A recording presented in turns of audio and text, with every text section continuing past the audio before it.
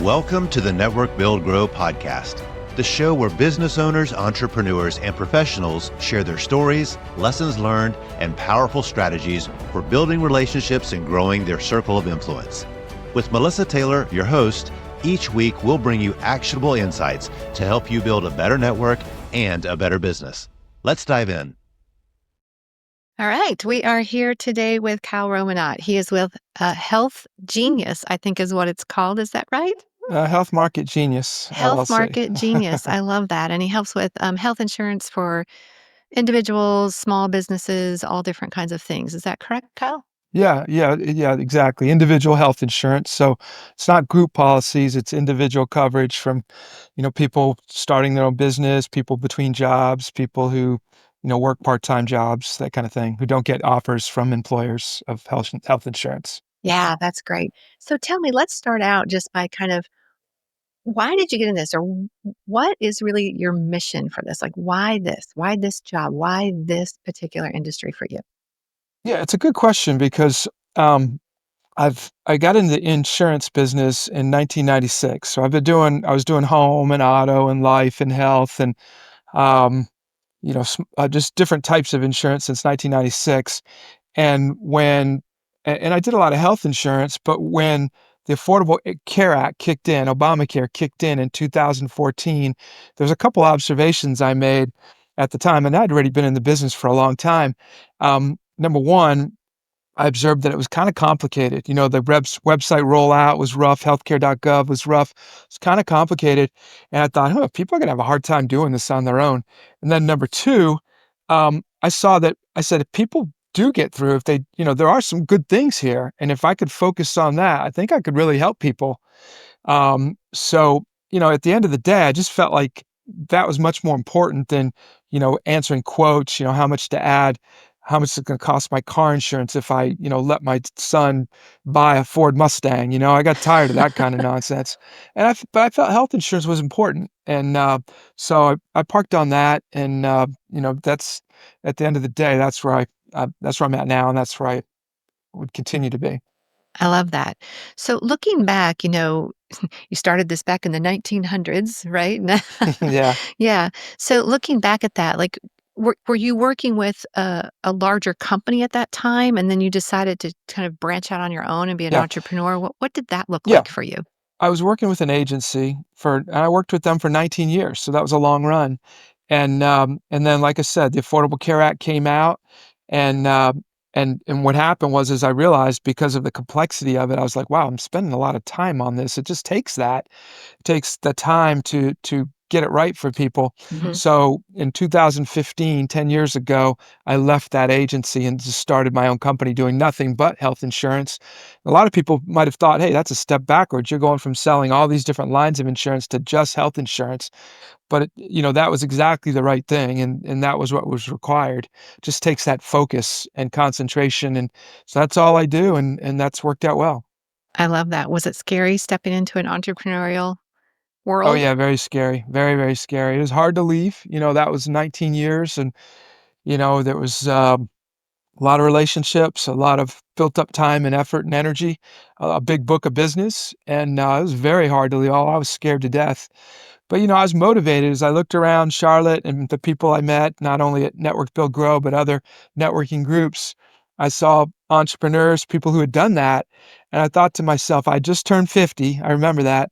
And I thought to myself, if not now, then when? I want to take a shot at it. And I kept rationalizing, going, good companies always need people. If it doesn't go well, I could go back, things like that. And I thought that way for a couple of years into my business. And then after a couple of years, I realized, no, I'm not going back no matter what. I love that. So let's talk about that. So you went out on your own. Networking obviously became maybe more important at that point. I don't Oh, know yeah. how important it was before, but talk to me about your networking and just kind of what does that look like from your perspective as part of how you have built this business? Yeah, it's extremely important. And, I try to just put it in context. I don't try to take it too seriously. I just try to, for me, it's just just meet people, be friendly with people, build relationships, establish, relationships, friendships, um, So that's the way I go about it. So, when I go to meetings, my goal is, just to be friendly. I'm not trying to pin down clients or anything like that. I'm just establishing relationships, building rapport. So when I handle it like that, I'm relaxed and, I probably put my best foot forward because I'm not pressing myself to get a sale or anything like that. It's just build the relationships and it happens over time. And it is very important. And my business is pretty much 100% referrals. So, those relationships have paid off. Yeah, so you said most of your marketing is done through networking then, like, that's primarily your marketing. Yes, yes, all of it, pretty much all of it. I do a few online things just to not participate in that at all. I don't wanna let that go completely, but, 99.9% is networking and just nurturing my clients. I reach out to them and make sure they remember who I am, and I send them postcards, and, I just make myself available to them, and they're my biggest referral sources. Gotcha. So, with that in mind, when you think about how you network and how you follow up and how you keep track of things, tell us your best networking advice. First, let's start with for the person getting started in networking, and then we'll have the same kind of question for people that have already been networking, but they kind of want to up level their networking game. I think, number one, you have to conclude that referrals is the best way, and I've always felt that way. I just didn't really know how best to go about getting referrals, early in my career. But referrals is the best way, and number two, referrals from your clients are really great because these are people who are using you, and when they give you a shout out on social media or tell their friends and relatives, I mean, there's nothing better than that. The sale's already made. You just don't drop the ball. Hmm. So that's you have to realize that, hey, that's really what I want when it comes to marketing. Okay, and then it's like, well, how do I go about doing that? Because I think a lot of people throw a lot of stuff up against the wall and they're not clear exactly what they want to do, exactly what's going to be best for their business. So, I think a big part of it is just coming to the conclusion, okay, wow, this is the direction I want to go. This is where I want to spend my energy and my time. And and I certainly consider Network Build Grow to be a valuable entity that way where, I want to participate in the events. And like I said, I don't put pressure on myself to get a sale. I just want to be there, be around the people that are part of NBG and enjoy that company. And, the rest of it takes care of itself. Yeah, I love that. I love that. And, we always say that people should be involved in a couple of different networking groups. So when you look at not just Network Build Grow, but maybe the other, because I think you're involved in another professional group. Is it BNI or is it a Yeah, I'm in a chamber? BNI group. Yeah. Okay. So talk to me about like what you look for as far as like if someone was going to go out into the world of networking and they start going to a couple of events, we always say pick two and go deep rather than go wide. Yeah. With like 12 different groups you're involved in. But Right. what do you specifically look for when you're kind of looking at groups to join? Yeah, that's good. That's a good question. I think I'm looking at, number one, is it a good group, like structure? And, is it something where people want to be a part of, right? Because if I go and I think, oh, this isn't such a great group, that's other people are probably thinking the same thing, and you Right. just have a lot of people coming and going, and that's not the best way. So I look for a group that has a good structure, and if it has that good structure and a good culture, then people want to be a part of it. And so I think that's a big part of it. That's so certainly looking for that. I'm looking for groups that have people that are drawn to that culture like the way I am. If I think it has a good culture, I'm thinking, okay, who else thinks that way too?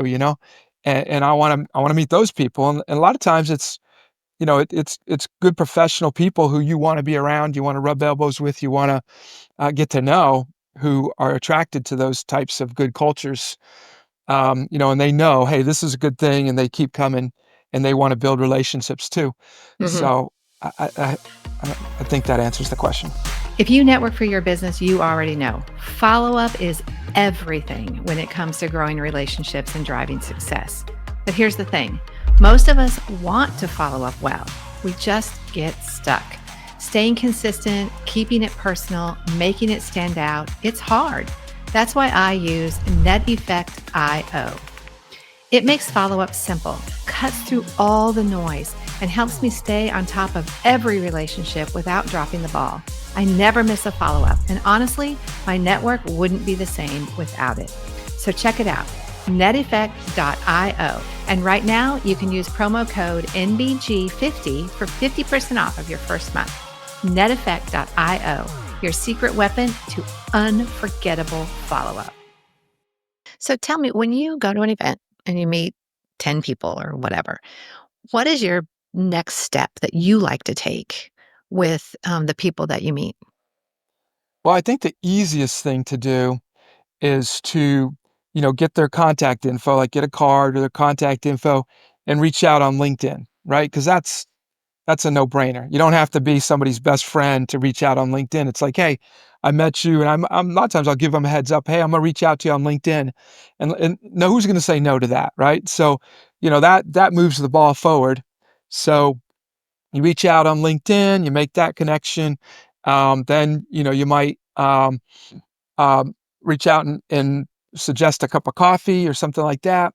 And if that goes well, then you might invite them to a different networking group or a different event. There's different events that go on. Sometimes they're new to Network Build Grow, and I'll say, hey, do you know Network Build Grow has this happy hour, has this coffee thing? Yeah, do you ever do stuff like that? Where and different people go to different things, right? So Mhm. you meet different people. So a lot of times when somebody's new to a group, they don't know all the things that are going on. So you just advance in the relationship one more time. You're not putting pressure. I don't put pressure on myself. It's just a natural process of moving the relationship along. And Yeah. that's sort of the way I look at it. Yeah, that's great.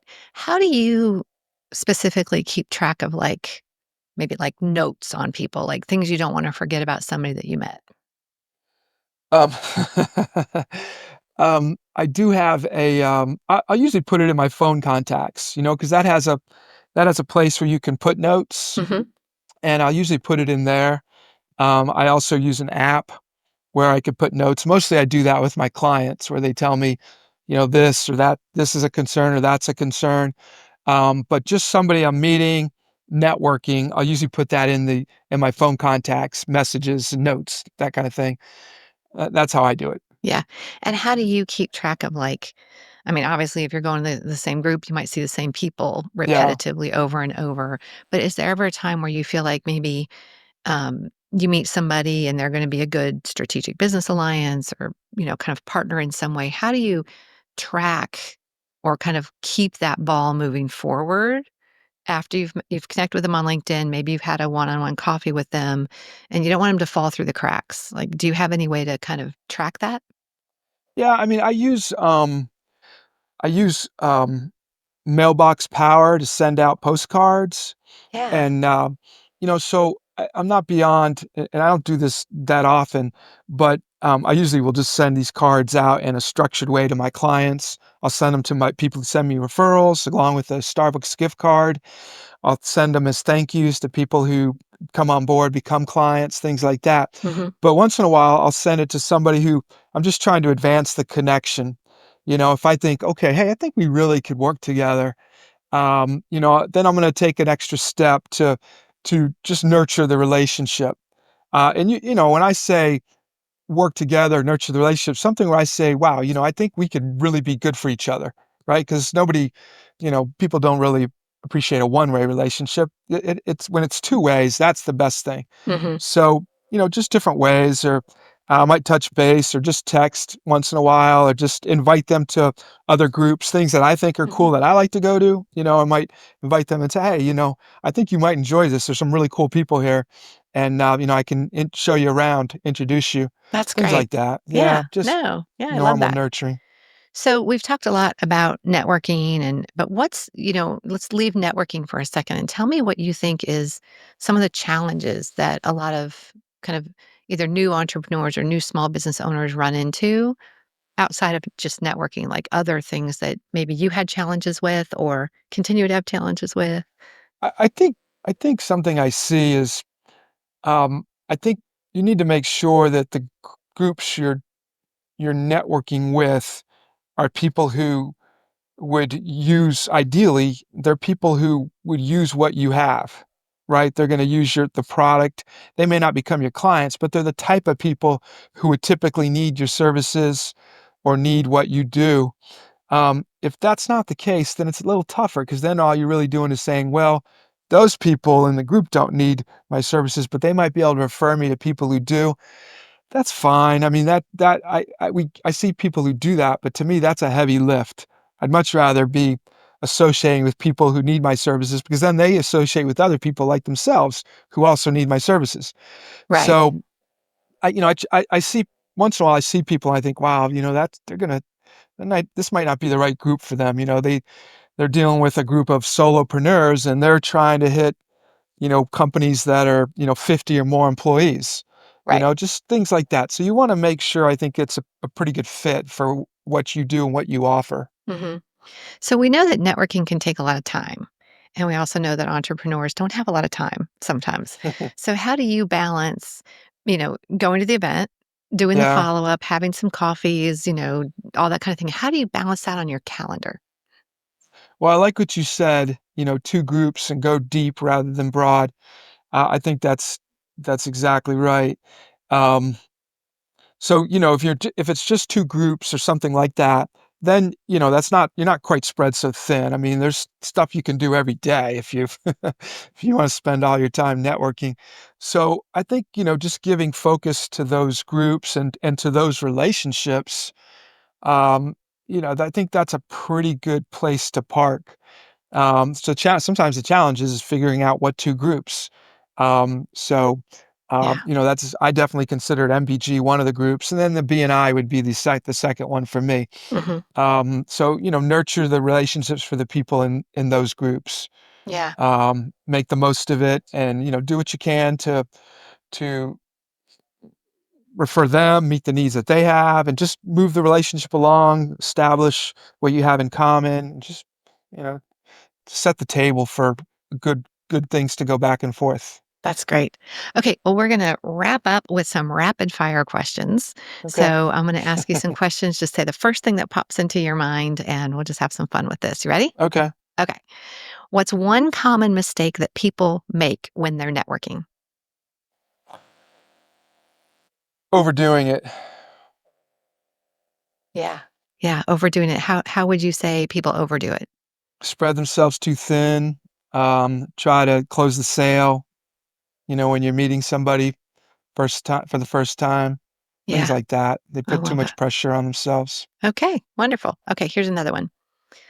Um, what's one way that you can add value to the networking groups that you're a part of without expecting anything in return?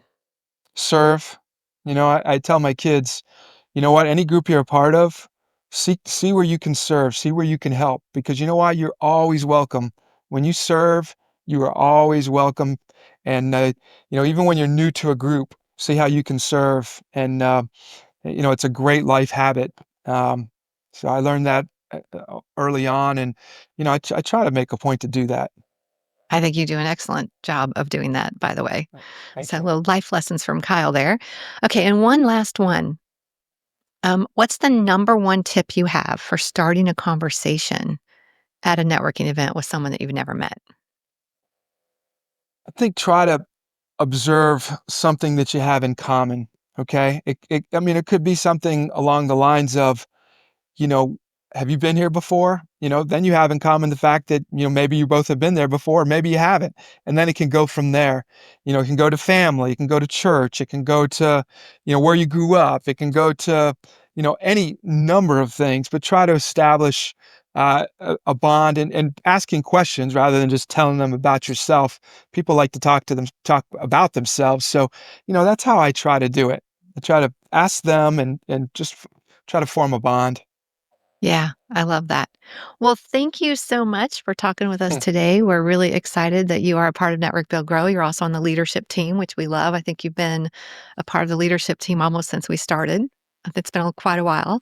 Well, I And appreciate that, and I value that. Yeah. we love having you there. So thank you for your time today, and we will see you soon. Okay. See you later. Thanks for tuning into this episode of the Network Build Grow podcast. If you enjoyed today's conversation, be sure to subscribe, leave a review, and share it with a fellow entrepreneur or professional. And of course, if you're not yet part of our community, visit networkbuildgrow.com to connect with us.